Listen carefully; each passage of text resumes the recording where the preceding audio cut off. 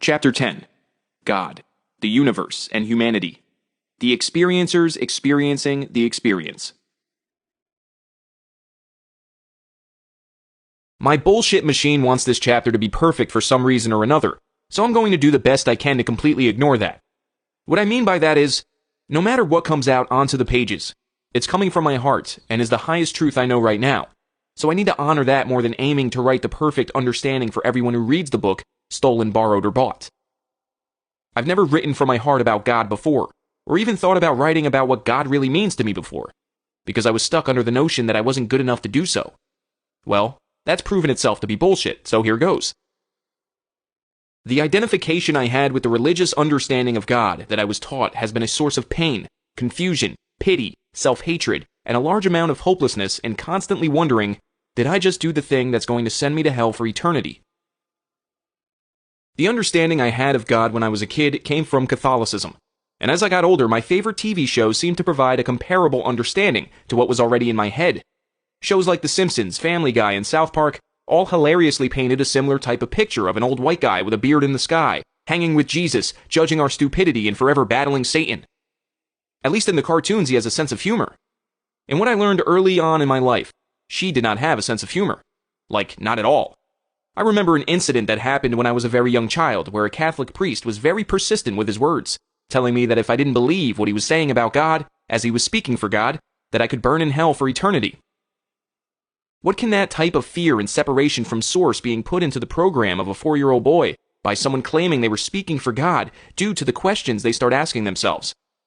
So, after years of asking myself scary questions about how I could avoid the eternal damnation the priest was talking about, that only led to more, even scarier questions with no answers. I finally became an atheist. And no, I was not looking to the Sunday night cartoon lineup on Fox and Comedy Central for my religious understanding, but they lightened up the subject for me consciously, which was obviously needed, and I learned not to take the beliefs I carry too seriously, at least on the outside. On the inside, I was a wreck about my own true understanding of God and the subconscious program I didn't know existed yet. That didn't change until I finally stopped and looked inward and faced the fear that asked the scariest questions. Which reminds me to remind you that much of this book is pointing to the realization that you don't have to wait until the shit hits the fan, you hit rock bottom, or until life forces you to look inside yourself and see what you've been doing and thinking about unconsciously. We can take any moment we choose, like right now, to stop blaming life for being life, and begin to create the life situations we want to be in.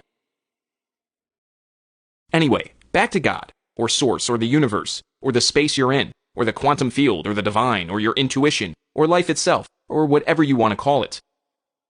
As you might remember back in Part 1, the part before Part 2, I told you that I would use different words and phrases to describe different things, with one of them being God, and there's a reason for that.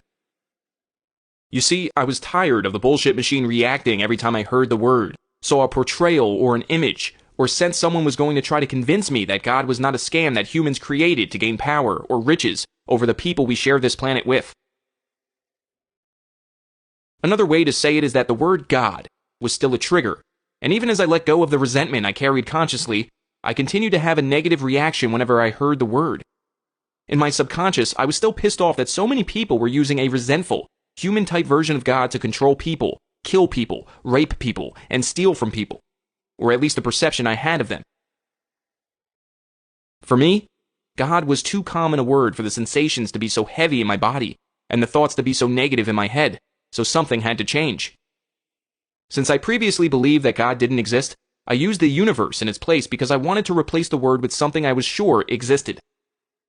I know I'm not going to stop the world from saying it, or using it the way they want to use it, so, if I wanted to not be affected the way I was being affected, I needed an understanding of what God truly is to me, without being triggered by the word. Not to you, not to my family and friends, not to society, not to anybody but me. It was the understanding that my own bullshit machine came up with for the past 40 years that was causing me to be uncomfortable, so it had to be the way I felt that needed to change, not anyone else's thoughts or actions. Make sense? To answer that question, please write to Bullshit Machine HQ, P.O. Box 143 Humanity Road, Planet Earth 00001. Being able to comfortably define what God means to me at a subconscious level came from a place that I hadn't expected. but made it far easier than finding and reading all the religious texts I could to, quote, try and figure it out. I had a fear that one of the religions might be right, and that I may have to study what everyone else thought over the past 10,000 years to see who I agree with. Well, thank God for quantum physics, because that wasn't the case, even though I began that way. Of course, as soon as I became serious in my heart about truly wanting to know for myself, the universe shows up in my life with evidence in quantum physics that points towards one single source, one single energy that is the reason for everything to exist. Did the information I found that led to my current understanding of God all of a sudden become available because I decided to look even though it has always been there? Why didn't I, and why couldn't I see what I wanted to see before I saw it? Maybe I saw it 1,000 times, but I couldn't see through my own perceptions of life. Maybe I was too busy defending my right to keep my beliefs intact and not believe. Maybe I was afraid to believe, or maybe there's just nothing to believe in and God just is, yeah, that's the ticket, that feels good, great even. No, it's more. That feels right and true. God just is. The universe just is. It all just is. Allow me to explain the evolving perspective that has forever changed the way I look at life, and gives me the permission to love everything and everyone on the planet, past, present, future, and beyond. Wait, what? What do you mean no? Why not? The explanation is a huge part of the book. You've been giving me a hard time about what I can write in my own book since the beginning. Jeez, if I listened to you, I'd never finish this. Let's continue. Since the word God has been such a trigger in my life, I decided to start referring to God as the universe, because it lessened the impact of the subconscious triggers. This action took a lot of heaviness out of the equation, as I started to understand the thing I felt I had misunderstood for nearly my entire life. As I continue to be open to learning, read more books, and watch more teachers talking about our mind and body connection, spirituality, healing, epigenetics, quantum physics, meditation, and more, I discovered that my change the name idea wasn't a new one, but very effective. Turns out, this has been a common practice used to help people like me, stuck in certain stories, to help them take their guard down for thousands of years. Perhaps a reason why there are so many names to describe God. Now, it's hard to imagine me being that close-minded only a short time ago, but that's the truth, so that's what went on the page. The more we take our blinders off, the more we can discover about ourselves and how connected we really are. I also want to point out that changing the name to help me understand my own thoughts better is a desire to expand and a step in the right direction, whereas identifying with being mad when I'm triggered is resistance and will keep me stuck in my old story. Without being triggered into being defensive, argumentative, and standoffish, we're able to keep our personal power and use it the way we choose. The way I've been choosing to use this power is to undo the old beliefs that no longer serve me. I'm telling you this because what I'm about to type is very personal to me, because it's coming from my heart, and a few of your beliefs may be challenged. Before you continue, I want you to know that what you're about to read is not the God answer anyone is looking for. I'm not trying to change your mind about anything, nor do I need to convince anybody that I'm right, because I'm not. I'm simply giving the perspective that is free from my old story, so I encourage you to take what feels good and light and drop anything that feels heavy. This life is your incredibly unique and personal experience after all, so make it feel true to you. So, what is God to me? God is the one true source of unconditional love that all form and experience is made of.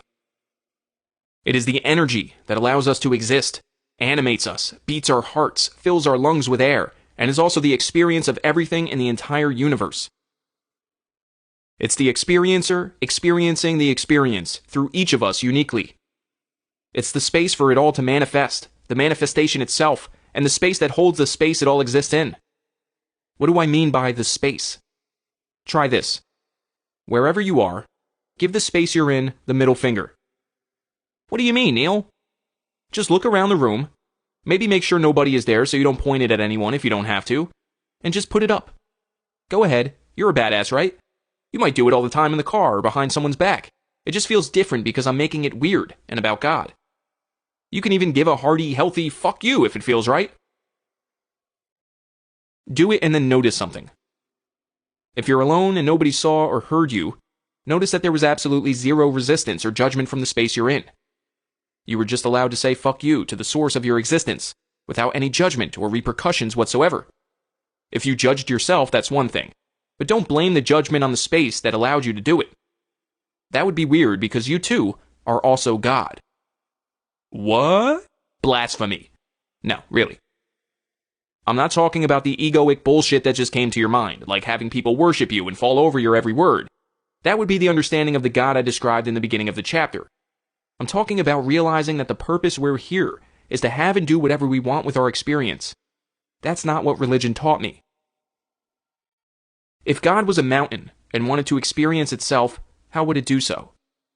How about adding weather, microorganisms, insects, plants, animals, and humans, each having their own experience, at their own level of consciousness, with the mountain, while also experiencing and interacting with everything else in nature? Let's see how this flows out of my fingers. A tree gets to feel what it's like to be on the mountain, have microorganisms, insects, and animals pollinate, live in it, use it for food, die in it, help it grow, and it goes through the cycle of life. Animals get to use it as a home, maybe as a source of food, and probably a billion other things that my small mind isn't equipped to think of and type. The mountain gets to experience what it feels like to grow a tree on itself, be a home for animals and insects, endure snow, rain, hail, mudslides, earthquakes, and more.